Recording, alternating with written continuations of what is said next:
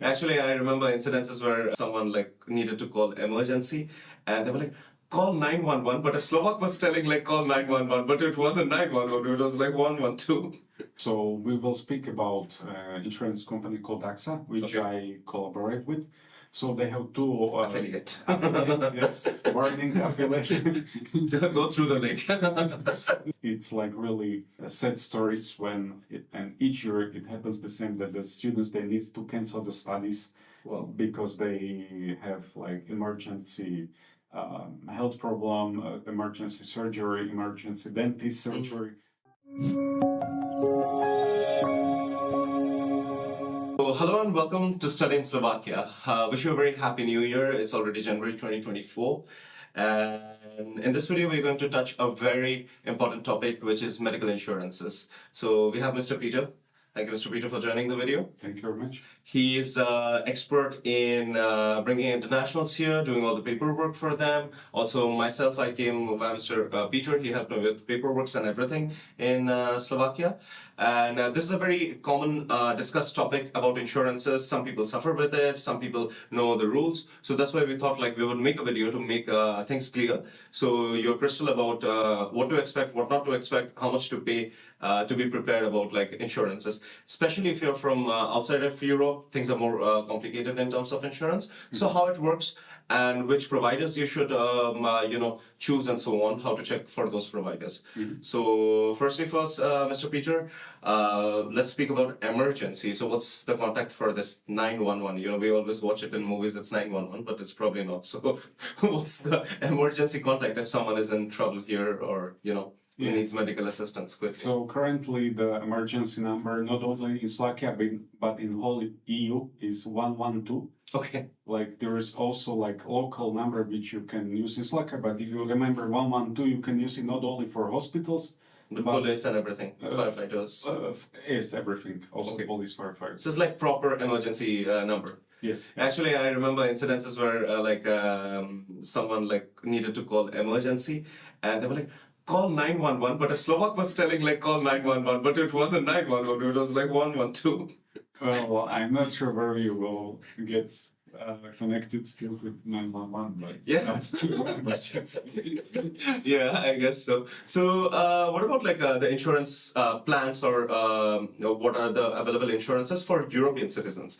Because there are plenty of international students coming inside from the EU as well. So, what are the plans they are having? Do they need to change their healthcare card here, or how does it work for them? Yeah, it's a very good question. So basically, we can speak about two scenarios again. We can speak about the short term and the long term stay. Okay. If I plan to stay just for short term, means maximum 90 days. Okay. I can come and be here safe with the European health insurance card, also called EHIC. Okay. And this will cover the same extent of the medical care as I would get in my home country. All right. For example, if I'm in some emergency, I broke my leg, or I'm sick, I got COVID, I need to go to emergency units, I can use this card. Okay. When I present it, they must provide me with the health care. Makes sense.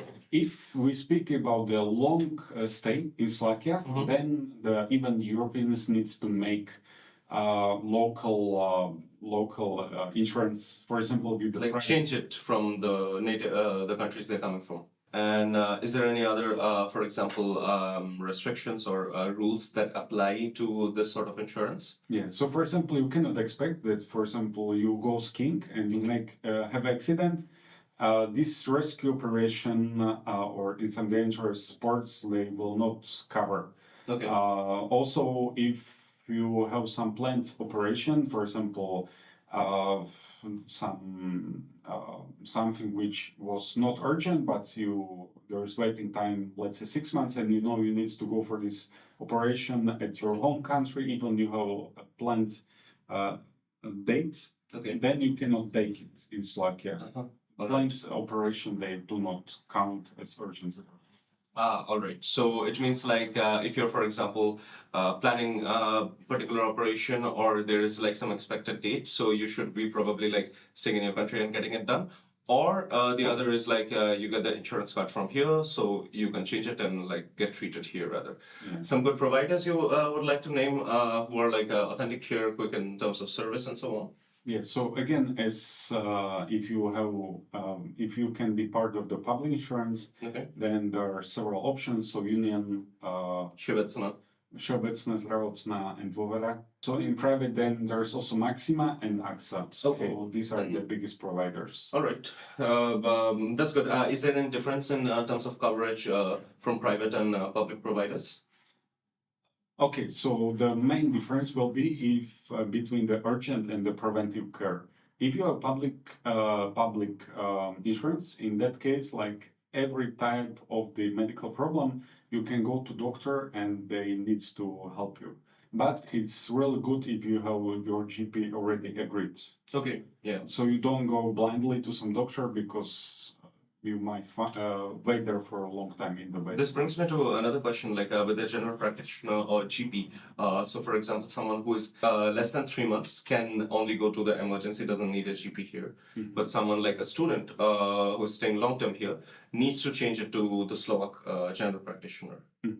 So basically, each hospital has emergency, or there are hospitals that have emergency units. Okay. Or you can, if in case they don't, you can just go to hospital you wish or to specialist you wish and ask whether they will accept you or not. Like in emergency, if the case is urgent, like they needs to take you. But if it's not like then it's up to decision of the doctor whether he will or she will accept you or not. Okay.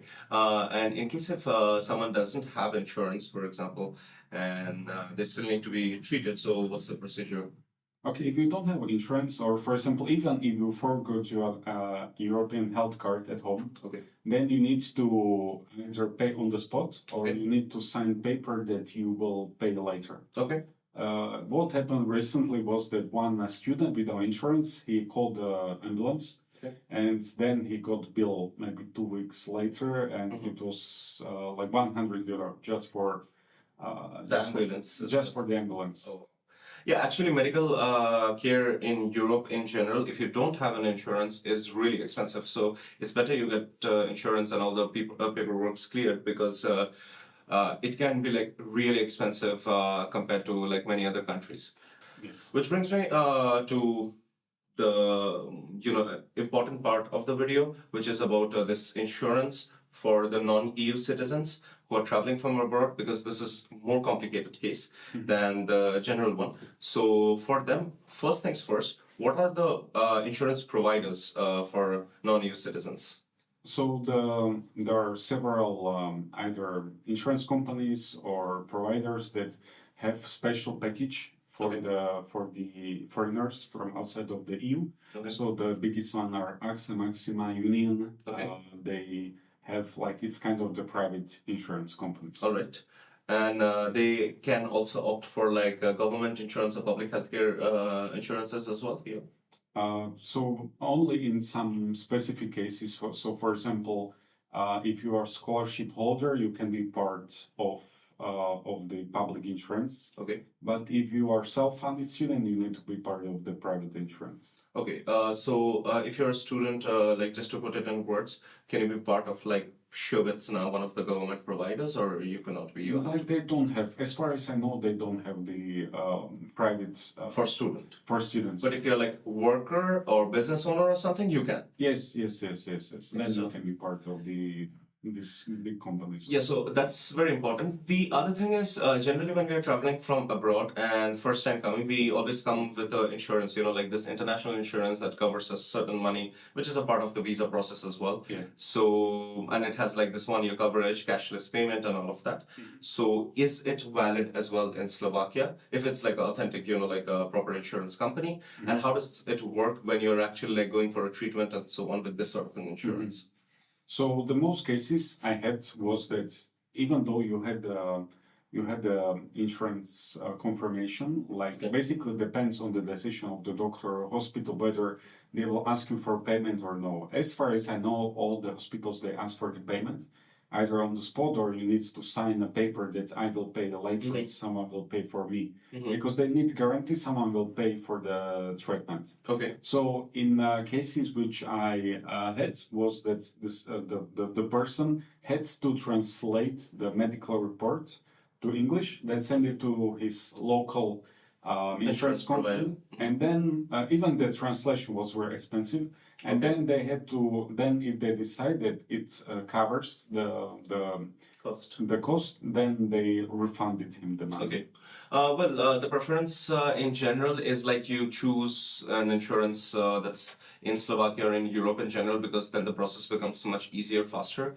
There is obviously this GOP, guarantee of payment, that your insurance provider can provide for you to have this coverage and everything, or even like the reimbursement. But generally, if you have an insurance provider from European Union, it's much faster process, much easier in terms of paperwork and everything. So I would say I personally prefer that once I'm arriving in Slovakia, that I change it to the local insurance provider and so on, which is actually quite crucial, because how expensive is insurance? But for a student, for example, how expensive or what's the price for insurance? Okay, so we will speak about insurance company called AXA, which I collaborate with. So they have two affiliate. Yes, warning affiliate. Go through the link. So they have two offers. Like one is urgent care, and second is preventive care. All right. So I can tell you, once there was one lady, and she took urgent care. So that's 276 euros for 12 months. Okay. And then she broke like on the next day. Okay. Which was like very good, because if you make insurance today, like it's well from tomorrow. All right. So she in the misery she was lucky she had the insurance. Okay. Because another friend of mine, he had to get his appendix removed. Without insurance, it was like 2,000 euros. Oh, wow. Yeah, actually, even I remember a friend of mine, he didn't have the insurance, and he had some like small surgery related to like dental nerves or something like this, and it costed over like 3,000 euros, like just a small one. So for sure, it's better to get insurance, because like if you're privately paying it, or like via cash or something, it can be really expensive. But like with this sort of once you are paying for the insurance, what's the coverage you're getting? Does it cover everything in terms of like, for example, accidents, dental care, all of these things, or it has some restrictions? Yeah, so the AXA insurance, like when you agree, when you make it, it doesn't cover just the insurance in Slovakia, but basically in all Schengen. Okay. But like your primary place of stay is Slovakia, but for example, you travel, but then it covers also abroad. Okay. Like the limits are set up for each type of the health care for dentists and so on. This will be then mentioned in the description. Yeah, we will add all the links in the description, and also the details regarding how much money is covered in dental, how much money is covered. But as I know that there is no coverage in terms of cosmetic surgeries, like I don't know, something facial or some sort of like cosmetic, that's not covered, right? Yeah, that's not covered. Even I can presume that dental assistants, also the limits might be lower. Even for Slovaks, if I go to dentist, usually I need to pay for material, for X-ray. So for dentists, so it's not completely like cashless. It's not complete. It might not be cashless, but in case of the urgent care, you have some disease or anything which prevents you from working or living normally, then it's covered. Okay. Another important part of getting an insurance and medical care in general in Slovakia and Europe is you should get a general practitioner, because this is a very different system from like India, for example, where we can choose any general practitioner we want to go. We can take an appointment, go there, get treated, even if he recommends us to a specialist, we can. Or even personally, if we feel like going to a specialist and we're like, okay, we know this is a complicated case, we don't want to go to a general practitioner, we can. In Slovakia, the system is a bit different. So you need to have like a fixed general practitioner, and also the general practitioner needs to accept you. It's not like just you, take an appointment, go there, and it's not like that. So that doctor is fixed for you. So any sort of problem you're having or anything, you're actually contacting this doctor. But yeah, you can change it eventually. Some paperwork is required over there.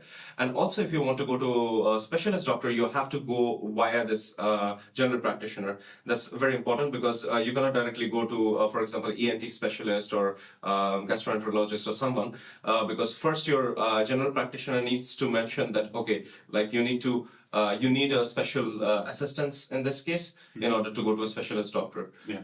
Yeah, and also in terms of coverage of the insurance, I know when it comes to like surgery or bigger parts, it's mostly like cashless when you have the insurance and you don't have to pay anything. Yeah. But when it comes to like smaller things like, for example, medicines, like regular medicines and so on, is it completely cashless, or do people need to pay like a part of the price? Yeah, so that's smaller amounts are individual. So usually you pay some amount and then you ask the AXA for a refund.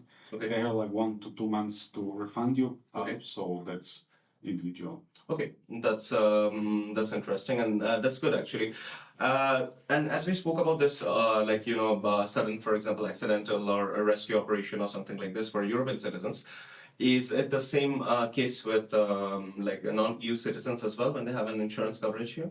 Okay, so again, it depends like whether you go for some high risk Sport activities. sport activities, it might be excluded by the rules of the insurance. So it's Okay. better to check the conditions, because the rescue operation by helicopter in remote areas, those are extremely expensive. Mhm. But if you make like additional insurance, that will cost you 1 or 2 euros per Okay. day. So it's same for Slack as well. Okay, that makes sense. What about the preventive care in general? How does it work? Yeah, so foreigners from outside or Of European Union? European Union, they can also have preventive insurance Okay. care. So in this case, for example, you do not need to be sick to visit the doctor. For example, you just want to double check whether you feel that you are not fine, but you are not sick yet.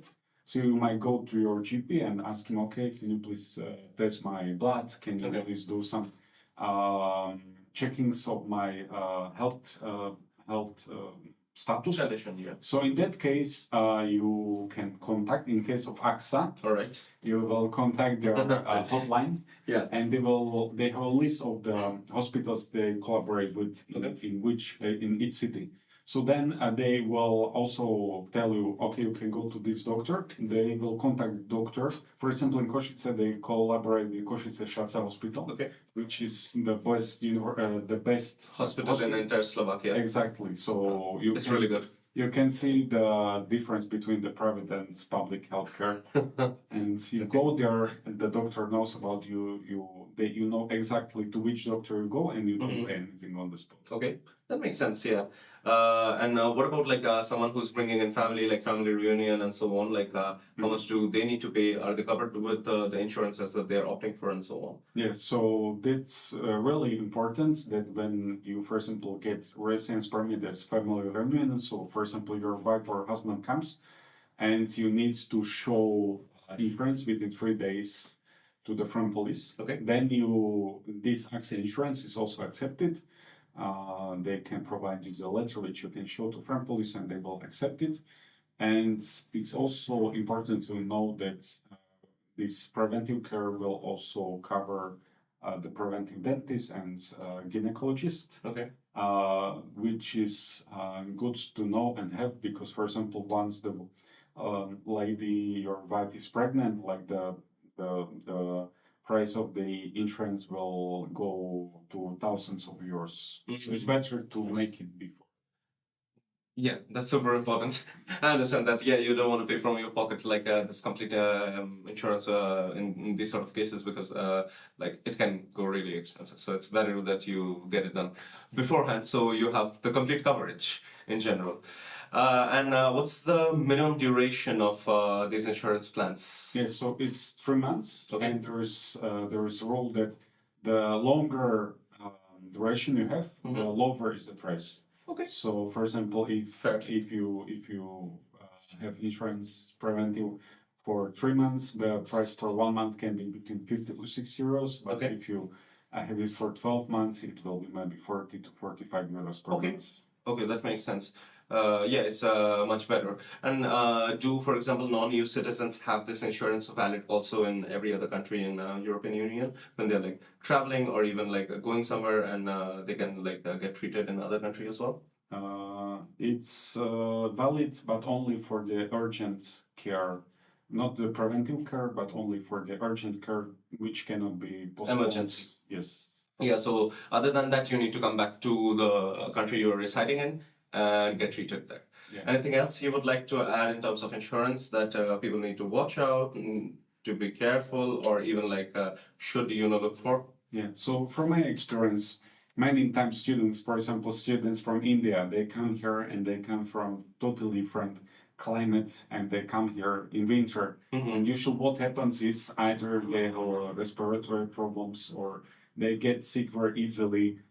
They don't have proper winter clothes. Every year the same thing happens, that like they get in some medical issue, and in extreme scenarios they even had to cancel the studies and go back to their home country. So I would suggest you, at least if you cannot afford, let's say, the local insurance, at least to have insurance from your home country, like travel insurance.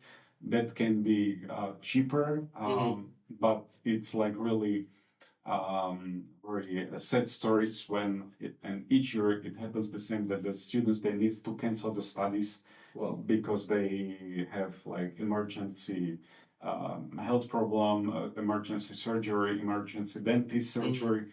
And it's really pity because you lose your tuition fees, you lose your living costs, you lose your studies, 12 months of your time. So it's better to have at least some insurance. And still, it's also better actually to get the local insurance, because like if you want to be treated like there's some operation or something that you need to get done, it's better, you have the complete funding and you don't have to worry about like, how much you need to pay here, or if you need to travel back to your country to go, get the insurance coverage and so on. It's better like you get it done here itself. So thank you, Mr. Peter, for all this input and insights. And thanks to you for watching the video. Hope you liked it. Hope you found it informative. Share it with someone who's planning to travel in Europe, studying here, working here, doing business here. And please like, share, subscribe, comment for future the videos you want us to upload regarding studying here, or even like staying in general in Europe. So thanks for watching, and until next time, do widzenia. Do widzenia.